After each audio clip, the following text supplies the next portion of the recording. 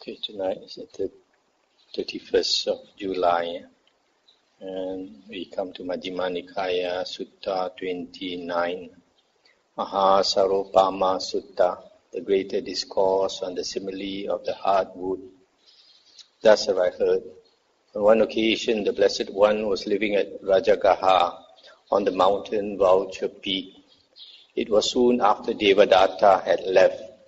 There, referring to Devadatta, the Blessed One addressed the monks thus: Monks, here some clansman goes forth out of faith from the home life into homelessness.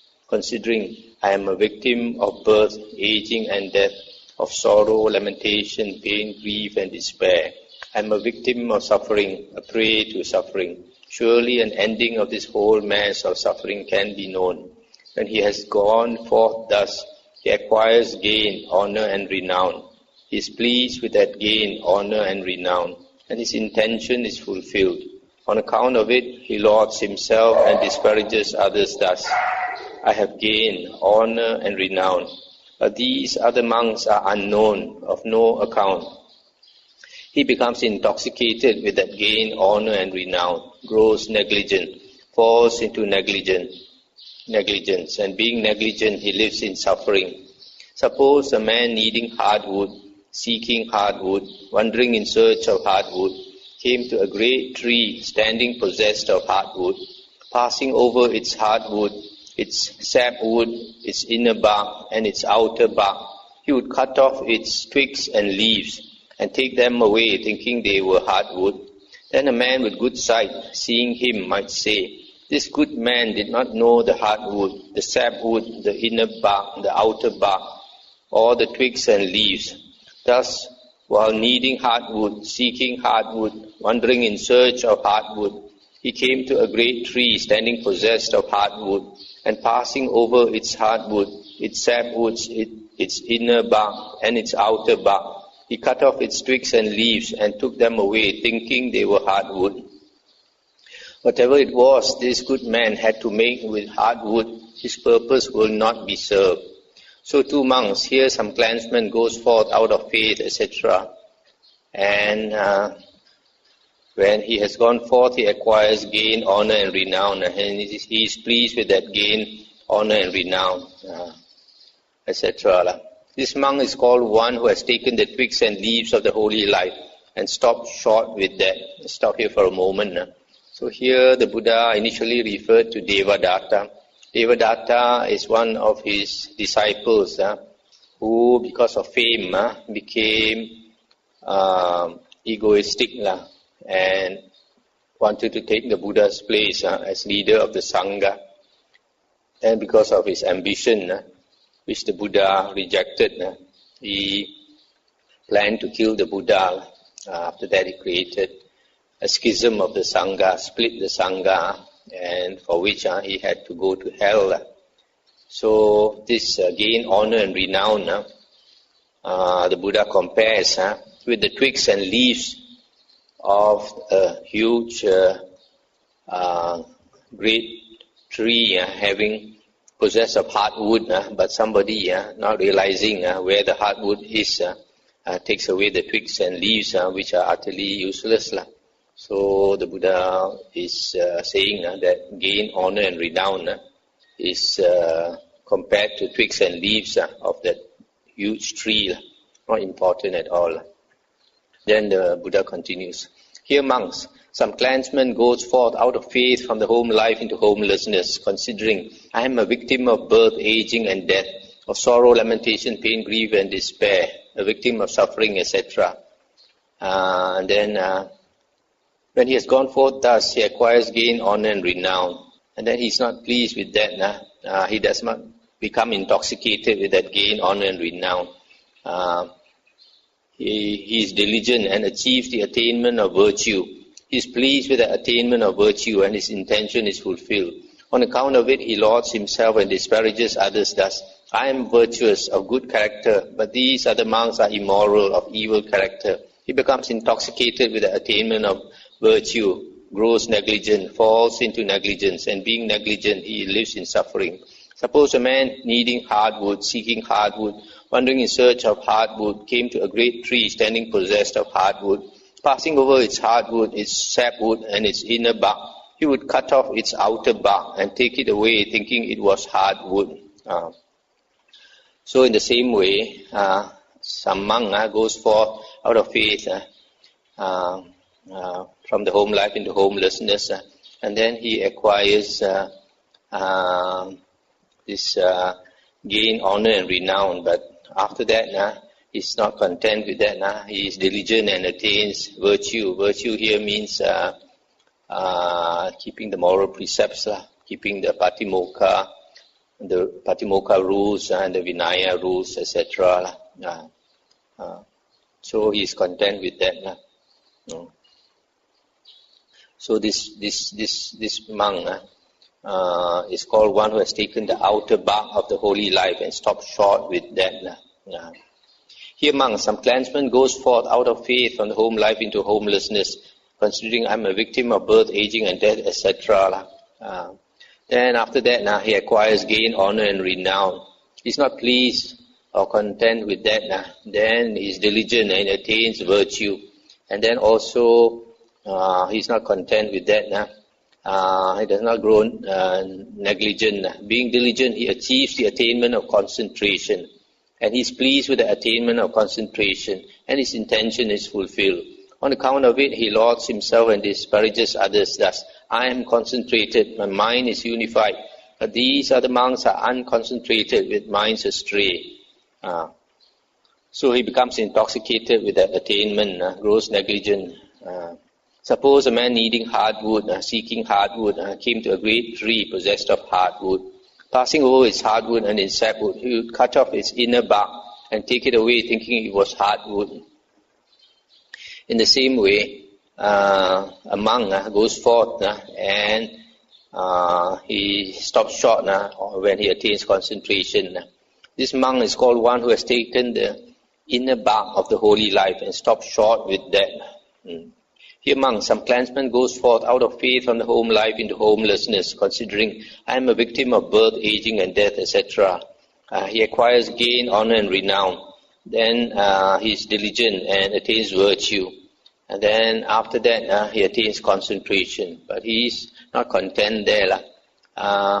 Being diligent, he achieves knowledge and vision. He is pleased with that knowledge and vision, and his intention is fulfilled. On account of it, he lost himself and disparages others, and becomes negligent, falls into negligence.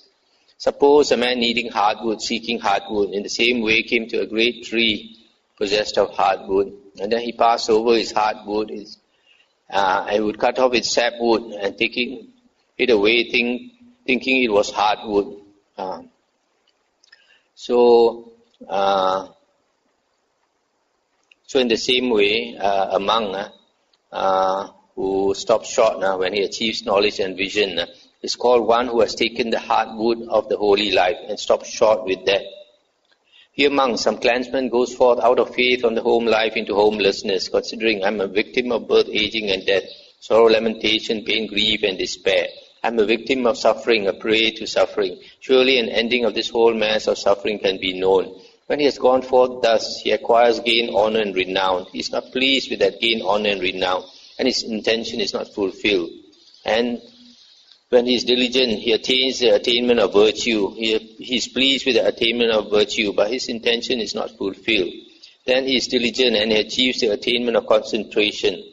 He is pleased with the attainment of concentration, but his intention is not fulfilled. And then he is diligent and achieves knowledge and vision. He is pleased with that knowledge and vision, but his intention is not fulfilled. He does not, on account of it, laud himself and disparage others. He does not become intoxicated with that knowledge and vision. He does not grow negligent and fall into negligence. Being diligent, he attains perpetual liberation, and it's impossible for that monk to fall away from that perpetual deliverance. Suppose a man needing hardwood, seeking hardwood, wandering in search of hardwood, came to a great tree standing possessed of hardwood, and cutting off only its hardwood, he would take it away, knowing it was hardwood. Then a man with good sight, seeing him, might say, this good man knew the hardwood, the sapwood, the inner bark, the outer bark, and the twigs and leaves. Thus, while needing hardwood, seeking hardwood, wandering in search of hardwood, he came to a great tree standing possessed of hardwood, and cutting off only its hardwood, he took it away, knowing it was hardwood.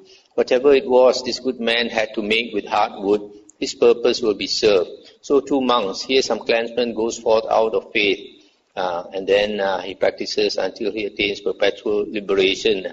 And it is impossible for that monk to fall away from that perpetual deliverance. So this holy life, monks, does not have gain, honor and renown for its benefit, or the attainment of virtue for its benefit, or the attainment of concentration for its benefit, or knowledge and vision for its benefit. But it is this unshakable deliverance of mind that is the goal of this holy life, its hardwood and its end. That is what the Blessed One said. The monks were satisfied and delighted in the Blessed One's words. So here we find that the Buddha is talking about the different stages of attainment of a monk when he practices the holy life. First, he acquires gain, honor and renown, but that is likened to the twigs and leaves of a great tree. And secondly, he can attain virtue or moral conduct, and that the Buddha likens to the outer bark of a great tree. Thirdly, he can attain concentration, the third stage. But concentration is likened to the inner bark of a huge tree by the Buddha. And then fourthly, he can attain knowledge and vision. And this knowledge and vision is considered to be the sapwood of the holy life, just like the sapwood of a huge tree. And then lastly, he can attain perpetual liberation. And this perpetual liberation, the Buddha calls the hardwood of this huge tree. So these are the 5 attainments that the Buddha has mentioned here. Now, gain, honor and renown, the first stage we all know, becoming famous. The second stage is virtue or moral conduct. As I mentioned just now, for a monk, moral conduct or virtue means keeping the Vinaya rules according to the Vinaya Pitaka, the 6 books of the Vinaya Pitaka, which includes the 227 precepts of a Theravada monk. And then the third stage is concentration. What is concentration? In the commentaries, they do not mention, they do not say what is meant by concentration here. And after that, the fourth stage is knowledge and vision. According to the commentaries, this refers to the heavenly eye or the divine eye, a type of psychic power where that monk can see heavenly beings and see ghosts and all that, spiritual beings.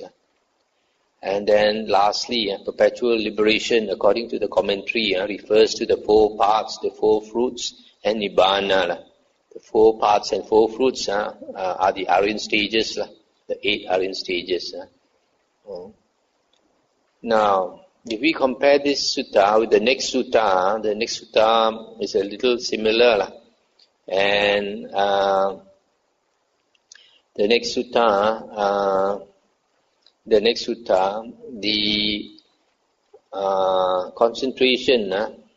concentration is does not refer to the jhanas. Does not refer to the jhanas. It refers to concentration short of the jhanas. And then knowledge and vision, according to the next sutta, refers to insight without jhana. Having some insight without jhana, just like vipassana insight, what is practiced by people doing the vipassana meditation, either the Mahasi method or the Goenka method. In the next sutta is talking about this. And then the third stage, in the next sutta, are the jhanas and the arupas or the arupa jhanas, culminating in arahanthood. This we can see later. But if we compare this to other suttas in the Nikayas, then it is possible to say that concentration here may refer to the jhanas. And knowledge and vision refers to the 4 paths and the 3 fruits, short of arahanthood. And perpetual liberation, the hardwood of the holy life, refers to arahanthood. Because arahanthood is the unshakable liberation of mind that is mentioned in this last paragraph. So whatever it is, this sutta is saying basically that we should not be content among practicing the holy life, should not be content and rest at the various stages along the way, but to aim for the highest, which is perpetual liberation of the mind, arahanthood. Okay, come to the next sutta. Sutta number 30, Culasaropama Sutta, the shorter discourse on the simile of the hardwood. Thus have I heard. On one occasion, the Blessed One was living at Savatthi in Jeta's Grove, Anatha Pindika's park. Now the Brahmin, Pingala Kocha, went to the Blessed One and exchanged greetings with him.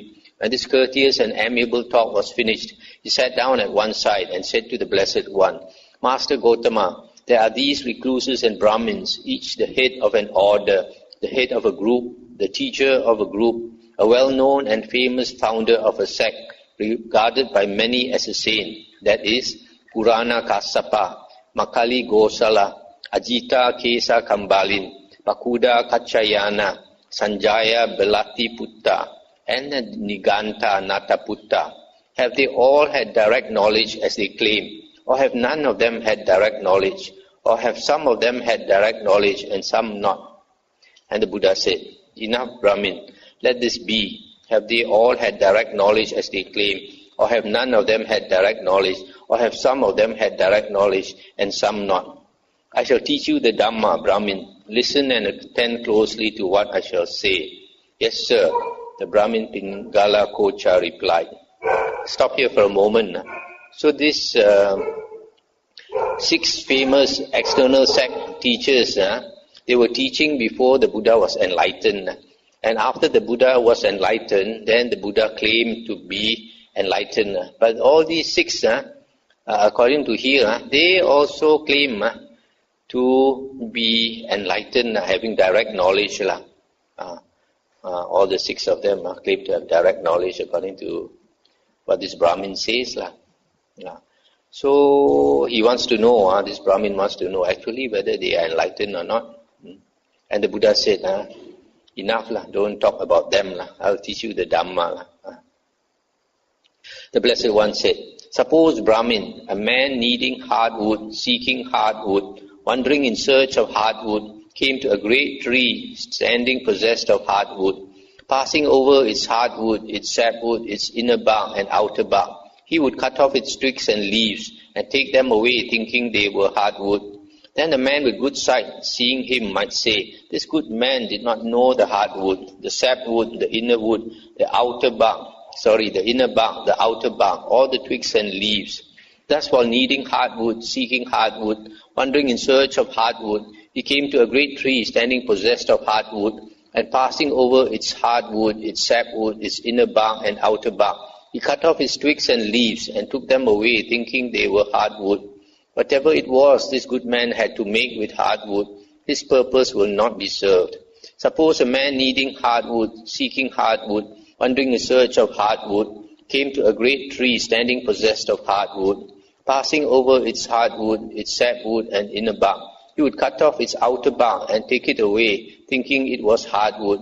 Then a man with good sight, seeing him, might say, this good man did not know the hardwood, etc. Thus, while needing hardwood, he cut off its outer bark and took it away, thinking it was hardwood.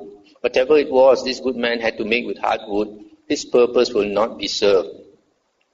Suppose, the third case, suppose a man needing hardwood, seeking hardwood, wandering in search of hardwood, came to a great tree standing possessed of hardwood. Passing over its hardwood and its sapwood, he would cut off its inner bark and take it away, thinking it was hardwood. So, this is the third case. Then the fourth one, suppose a man needing hardwood, seeking hardwood, wandering in search of hardwood, came to a great tree standing possessed of hardwood. Passing over its hardwood, he would cut off its sapwood and take it away, thinking it was hardwood. Then the fifth one, suppose a man needing hardwood, seeking hardwood, wandering in search of hardwood, came to a great tree standing possessed of hardwood. Cutting off only its hardwood, he would take it away, knowing it was hardwood. Then a man with good sight, seeing him, might say, this good man knew the hardwood, the sapwood, the inner bark, the outer bark, and the twigs and leaves. Thus, while needing hardwood, seeking hardwood, wandering in search of hardwood, he came to a great tree standing possessed of hardwood, and cutting off only its hardwood, he took it away, knowing it was hardwood. Whatever it was this good man had to make with hardwood, his purpose will be served. So let's stop here for a moment. So here the Buddha is talking about 5 cases, 5 different men. They, 4 of them don't understand where is the most valuable part of the tree, the hardwood. The first one, he only cut off the twigs and leaves, and thought that was the most valuable part. The second one cut off the outer bark. The third one cut off the inner bark. The fourth, the sapwood, and the fifth understood took only the hardwood.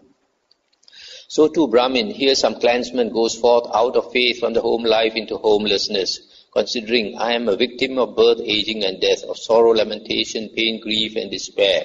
I am a victim of suffering, a prey to suffering. Surely an ending of this whole mass of suffering can be known. When he has gone forth thus, he acquires gain, honor, and renown. He is pleased with that gain, honor, and renown, and his intention is fulfilled. On account of it, he lauds himself and disparages others thus. I have gain, honor, and renown, but those other monks are unknown, of no account. So he arouses no desire to act.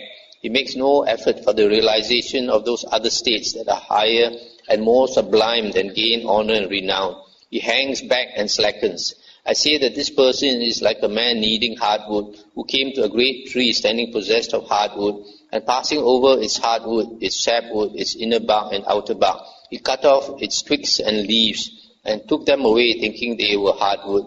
So whatever it was he had to make with hardwood, his purpose will not be served.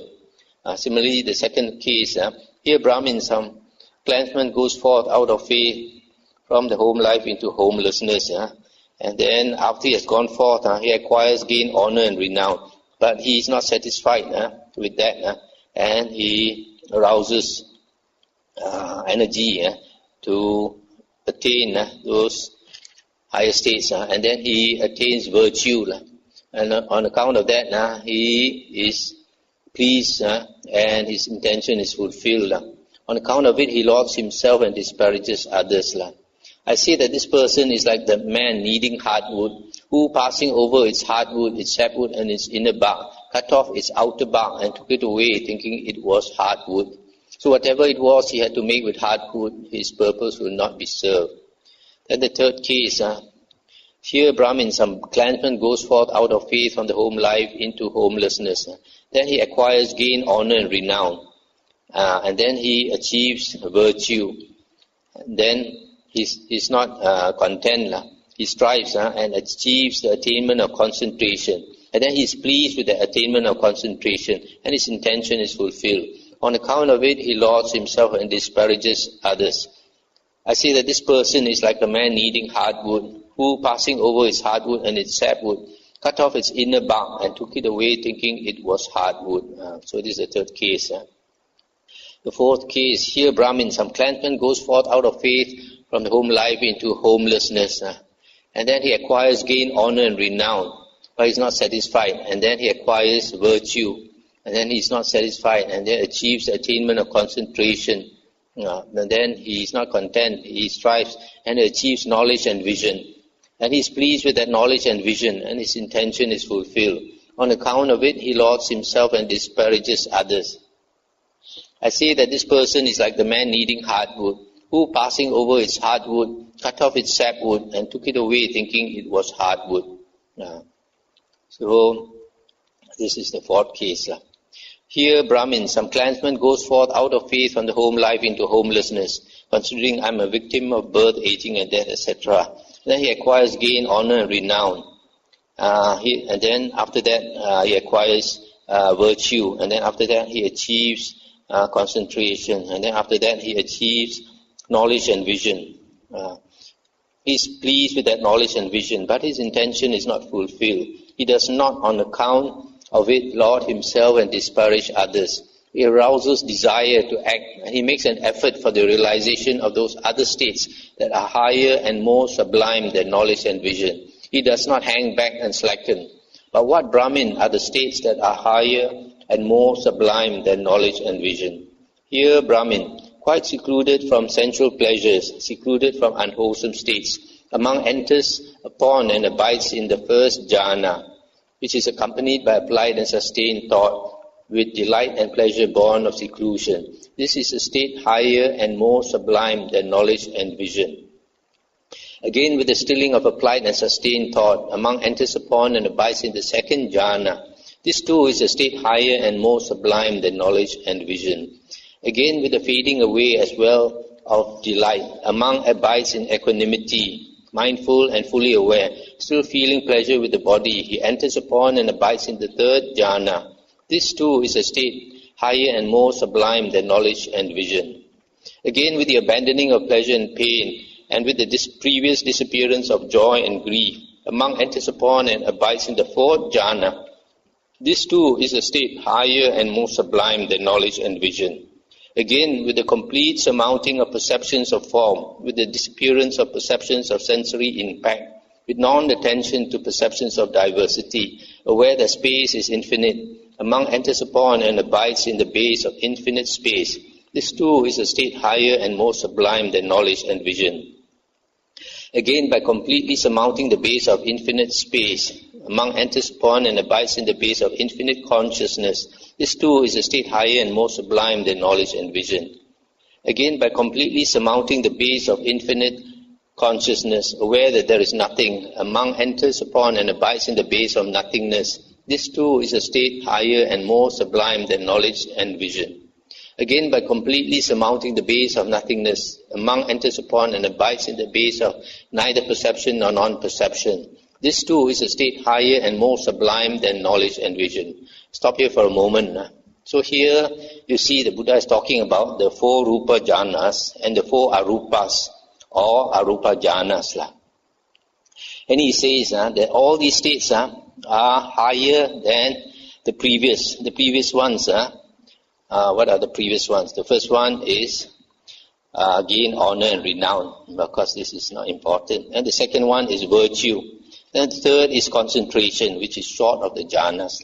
And then the fourth is knowledge and vision. This knowledge and vision refers to insight. So since it is short of the jhanas, you can see here very clearly, this refers to the vipassana jhanas, the vipassana knowledge and vision that is practiced by people doing the vipassana meditation nowadays. So vipassana meditation, when you still haven't attained the jhanas, the Buddha says it is much lower. All these jhana states, the Buddha says, this is a state higher and more sublime than knowledge and vision. So in the original Buddha's discourses, the insight that you achieve without jhana is inferior. Nowadays, they always say that is superior, that is the way to enlightenment and all that. You can see very clearly from the suttas, all those are lies. And in the Buddha's words, all those insight that is attained short of the jhanas are inferior to the jhanas. All the 4 rupa jhanas and all the 4 arupas here. Continuing, again, by completely surmounting the base of neither perception nor non-perception, among enters upon and abides in the cessation of perception and feeling, and his stains or asavas are destroyed by seeing with wisdom. This too is a state higher and more sublime than knowledge and vision. These are the states that are higher and more sublime than knowledge and vision. I say that this person, Brahmin, is like a man needing hardwood, seeking hardwood, wandering in search of hardwood, who came to a great tree standing possessed of hardwood, and cutting off its hardwood, took it away knowing it was hardwood. And so whatever it was he had to make with hardwood, his purpose will have been served. So this holy life, Brahmin, does not have gained honor and renown for its benefit, or the attainment of virtue for its benefit, or the attainment of concentration for its benefit, or knowledge and vision for its benefit. But it is this unshakable deliverance of mind that is the goal of this holy life, its hardwood and its end. When this was said, the Brahmin, Pingala Kocha, said to the Blessed One, Magnificent Master Gotama, magnificent Master Gotama. Master Gotama has made the Dhamma clear in many ways, as though he were turning upright what had been overthrown, revealing what was hidden, showing the way to one who was lost, or holding up a lamp in the dark for those with eyesight to see forms.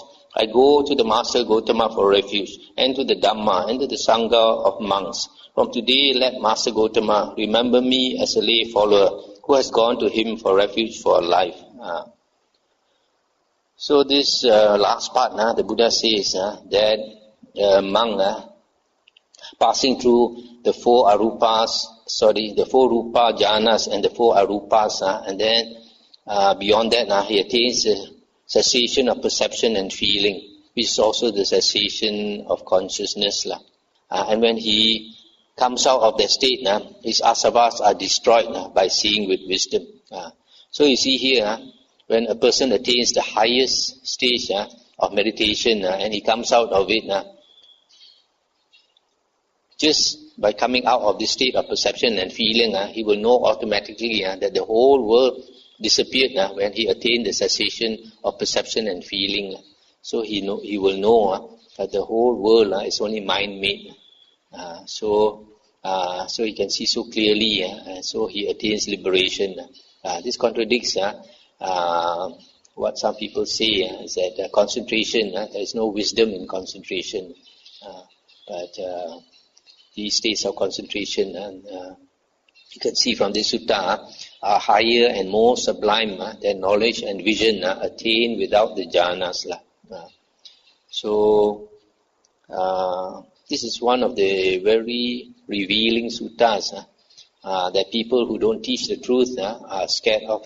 That's why you find later monks who went the deviant way. We know original Buddhism relies on the five Nikayas, the earliest four Nikayas, plus some books of the fifth Nikaya. And later Buddhism went into Mahayana and Hinayana. And both these schools, Mahayana and Hinayana, they are scared of the suttas. So they tell the followers not to study the suttas, waste of time and all this thing, and inferior teaching and all that. But it's precisely because all these suttas show up their lies. That's why they are scared of these suttas. So from this you can see vipassana meditation that is practiced nowadays is inferior to the jhanas in this sutta. Also from the suttas, other suttas, we know that to attain anagamin, the third fruit, and arahanthood, the fourth fruit, 4 jhanas are necessary. The 4 jhanas. So you can see from here the sequence to attain liberation. A person attains the first jhana, then the second, the third, and the fourth. From other suttas, after the 4th jhana, a person can attain liberation. But there are some monks, after that they go into the arupa jhanas. And after the other 4 arupa jhanas, if they can attain cessation of perception and feeling, the Buddha says is the best. Then when they come out of that state, immediately they become enlightened. So this is one of the many suttas where the Buddha shows the importance of the jhanas. Earlier we saw the Buddha calls the jhanas the footprints of the Buddha, footprints of the Tathagata.